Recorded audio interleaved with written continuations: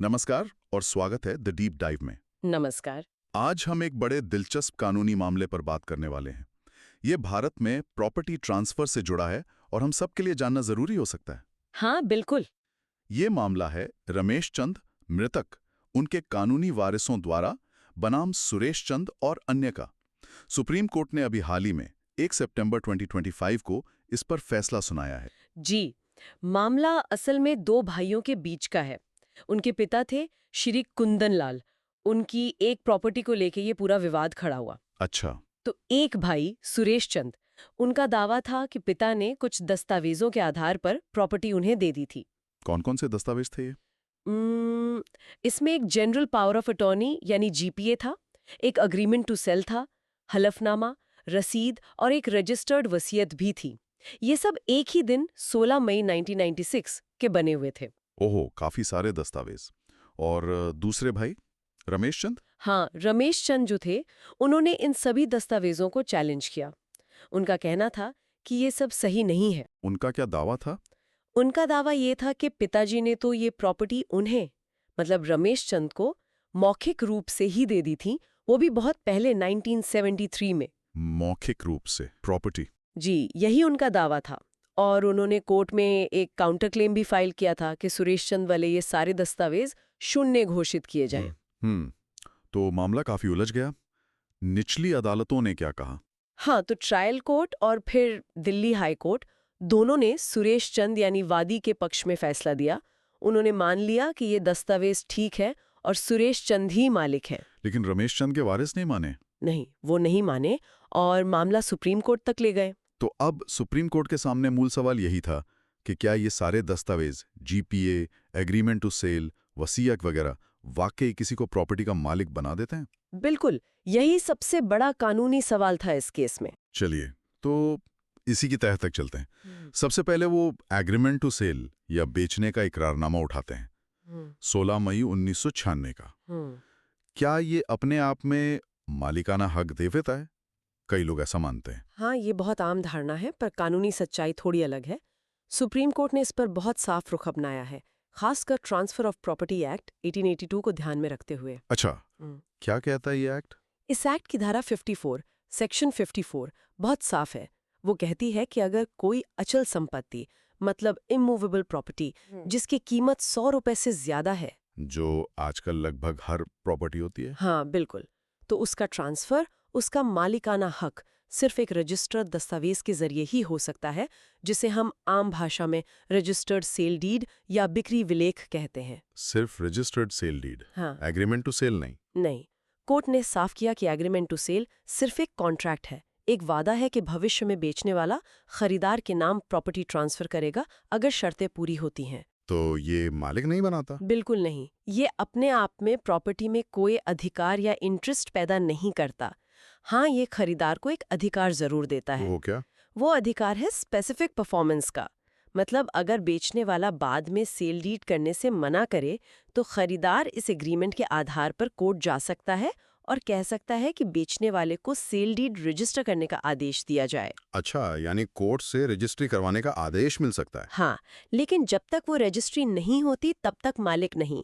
Court ने 2012 के सूरज lamp and industries वाले केस का भी हवाला दिया, जिसमें यही बात साफ की गई थी। समझ गया। तो एग्रीमेंट टू सेल से मालिकाना हक नहीं मिला।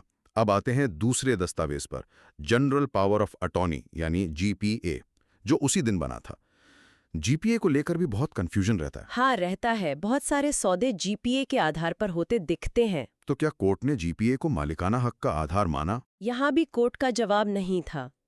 उन्होंने फिर से सूरज लैंप केस और साथ में 2005 के राजस्थान राज्य बनाम बसंत नाहटा केस का जिक्र किया। उन केसेस में क्या कहा गया था जीपीए के बारे में? उनमें साफ कहा गया था कि जीपीए, यानी जिसे हम मुख्तारनामा भी कहते हैं, वो असल में सिर्फ एक एजेंसी अग्रीमेंट है। इंडियन कॉन्ट्रैक्ट एक्ट का हिस्सा है ये। एजेंसी एग्रीमेंट मतलब एक व्यक्ति प्रिंसिपल दूसरे व्यक्ति एजेंट को अपनी तरफ से कुछ काम करने का अधिकार देता है। एजेंट मालिक की जगह काम करता है, मालिक नहीं बन जाता। लेकिन अगर जीपीए में प्रॉपर्टी बेचने का ही अधिकार दिया हो तो, और मान लीजिए वो इर्रिवोकेबल यानी अटल भी हो? तब भी नहीं। यही तो खास बात है जो सूरज लैंप केस ने स्पष्ट की थी। कोर्ट ने कहा कि जीपीए प्रॉपर्टी में टाइटल या मालिकाना हक ट्रांसफर करने का साधन नहीं है, भले ही उसमें बिक्री का अधिकार शामिल हो या उसे अटल बना दिया गया हो। ये तो बड़ा अहम पॉइंट है। जी, और इस खास मामले में जो जीपीए पेश किया गया था उसमें तो कोर्ट ने पाया कि सुरेश चंद को प्रॉपर्टी बेचने का सीधा अधिकार यानी कन्वे करने का अधिकार दिया ही नहीं गया था। अच्छा, फिर क्या अधिकार दिए थे? उसमें तो बस प्रॉपर्टी को मैनेज करने के अधिकार थे, जैसे किराया वसूलना, प्रॉपर्टी गिरवी रखना वगैरह। ट्रांसफर का अधिकार नहीं था। तो किसी भी लिहाज से जीपीए मालिकाना हक साबित नहीं कर पाया। दिलचस्प। तो एग्रीमेंट गया, जीपीए गया, अब आई बात रजिस्टर्ड वसीयत की। वो भी उसी दिन की थी, 16 मई 1996 की। वसीयत तो जानी मानी चीज है प्रॉपर्टी ट्रांसफर के लिए, मौत के बाद। हाँ, वसीयत बिल्कुल एक वैध तरीका है प्रॉपर्टी ट्रांसफर का, जैसा कि भारतीय उत्तराधिकार अधिनियम 1925 में दिया गया है। लेकिन इसमें क्या पेंच था? रजिस्टर्ड भी थी। पेंच ये था कि किसी दस्तावेज का रजिस्टर्ड होना एक बात है और उसका कानूनी तौर पर साबित होना दूसरी बात। सुप्रीम कोर्ट ने इसी नुक्ते को पकड़ा। साबित होना मतलब कोर्ट में प्रूफ करना पड़ता है? बिल्कुल। भारतीय उत्तराधिकार अधिनियम की धारा 63 बताती है कि वसीयत कैसे बननी चाहिए। लिखने वाले के साइन हो, कम से कम 2 गवाह हो, गवाहों ने लिखने वाले की मौजूदगी में साइन किए हों वगैरह। हाँ, वो तो ठीक है। लेकिन फिर आता है भारतीय साक्ष्य अधिनियम 1872। उसकी धारा 68 कहती है कि अगर कोई दस्तावेज ऐसा है जिसे कानूनन गवाहों द्वारा सत्यापित यानी अटेस्ट करना जरूरी है, जैसे कि वसीयत, हाँ। तो उसे कोर्ट में सबूत की तरह तब तक इस्तेमाल नहीं किया जा सकता जब तक कम से कम एक अटेस्टिंग गवाह को कोर्ट में बुलाकर ये साबित न कर दिया जाए कि हाँ, वसीयत पसाइन ठीक से हुए थे, लिखने वाले की मौजूदगी में हुए थे। तो गवाह का कोर्ट में आकर गवाही देना जरूरी है? हाँ, अगर वसीयत को साबित करना है तो। और सुप्रीम कोर्ट ने देखा कि इस मामले में निचली अदालतों ने इस जरूरत पर ध्यान ही नहीं दिया। क्या मतलब? ट्रायल कोर्ट और हाई कोर्ट ने गवाह के बारे में पूछा ही नहीं। बिल्कुल, उन्होंने ये देखा ही नहीं कि क्या सुरेश चंद ने कानून के मुताबिक किसी गवाह को पेश करके वसीयत को साबित किया भी था या नहीं। हाई कोर्ट ने तो बल्कि ये कह दिया कि गवाह की जरूरत तभी होती है जब वारिसों में झगड़ा हो, जो कानूनी तौर पर सही नहीं है। ये तो बड़ी अजीब बात है, कानूनी प्रक्रिया का पालन नहीं हुआ। जी, और कोर्ट ने वसीयत के बारे में 2 बातें और कहीं। क्या? पहली, उन्होंने पुराने और नए दोनों तरह के केसेस का हवाला देते हुए कहा कि वसीयत को साबित करने का बोझ हमेशा उसी पर होता है जो वसीयत पेश कर रहा है। यहाँ ये बोझ सुरेश चंद पर था। ठीक है, और दूसरी बात? दूसरी बात, कोर्ट को वसीयत के आसपास कुछ संदेहास्पद परिस्थितियां नजर आईं। संदेहास्पद परिस्थितियां जैसे कि? सबसे बड़ी बात ये थी कि पिता श्री कुंदन लाल के 4 बच्चे थे, लेकिन वसीयत में सारी प्रॉपर्टी सिर्फ एक बेटे सुरेश चंद को दे दी गई थी, बाकी 3 को कुछ नहीं मिला। ऐसा क्यों किया गया? इसका कोई कारण वसीयत में नहीं बताया गया था। कोर्ट ने कहा कि जब आप बाकी वारिसों को बिना वजह बताए प्रॉपर्टी से बेदखल करते हैं तो ये शक पैदा करता है। और सुरेश चंद इस शक को दूर नहीं कर पाए? नहीं, वो कोर्ट को संतुष्ट नहीं कर पाए कि ये वसीयत सही थी और पिता की असली इच्छा यही थी। इन सब वजहों से कोर्ट ने माना कि वसीयत कानूनी तौर पर साबित ही नहीं हुई है। बाप रे, तो रजिस्टर्ड होने के बाद भी वसीयत काम नहीं आई? एग्रीमेंट, जीपीए, वसीयत तीनों खारिज?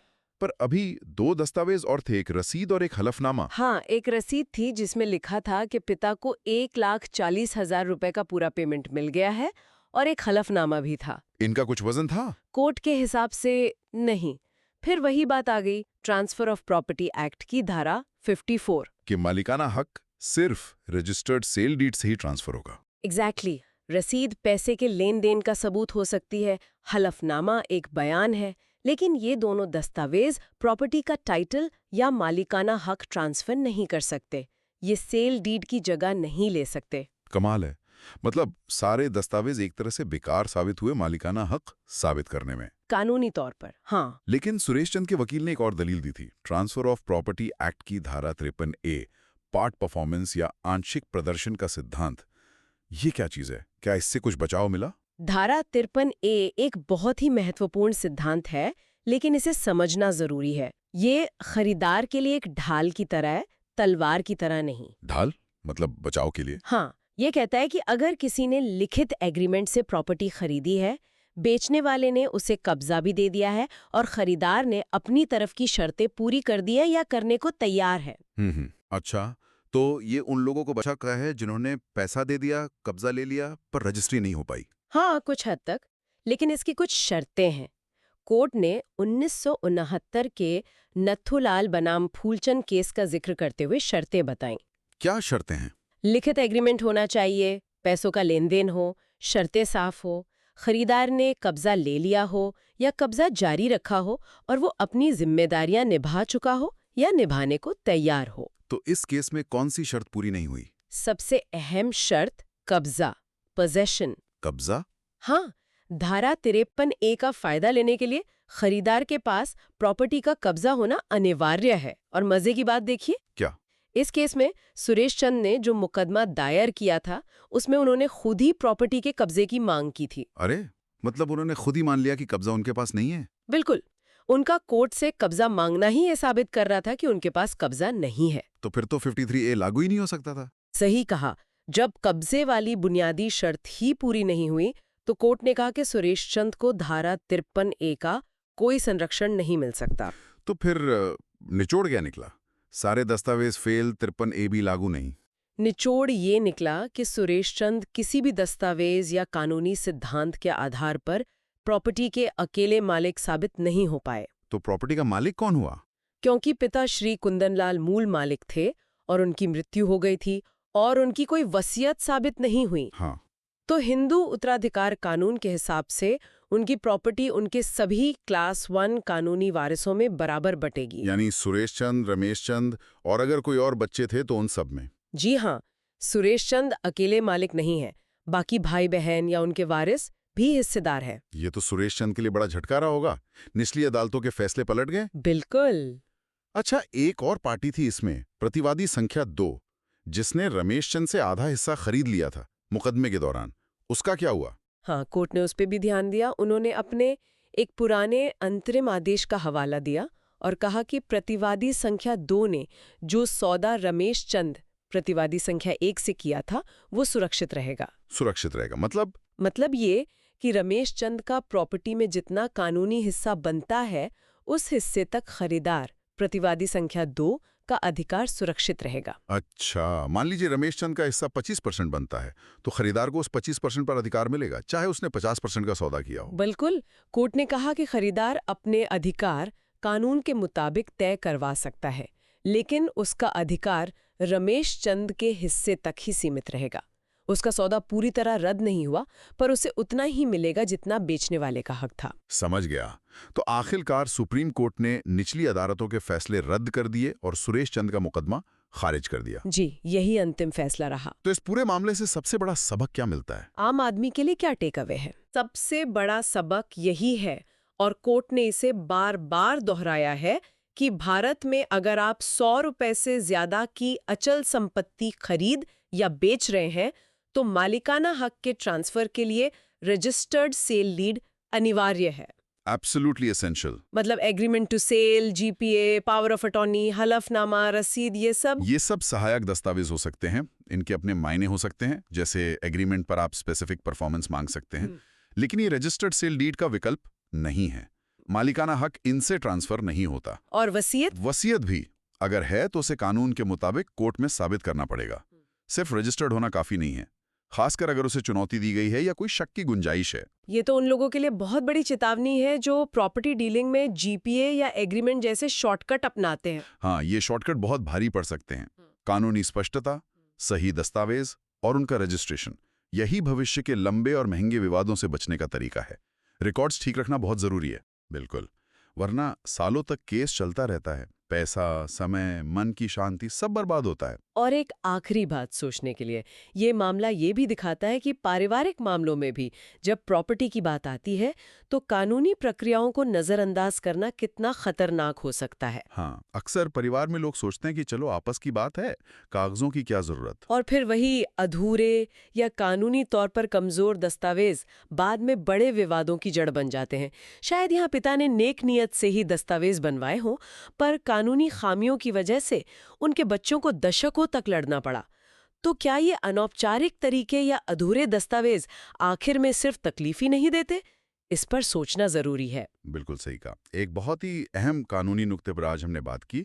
उम्मीद है हमारे सुनने वालों को इससे ज़रूर कुछ सीखने को मिला होगा। बहुत बहुत शुक्रिया। शुक्रिया।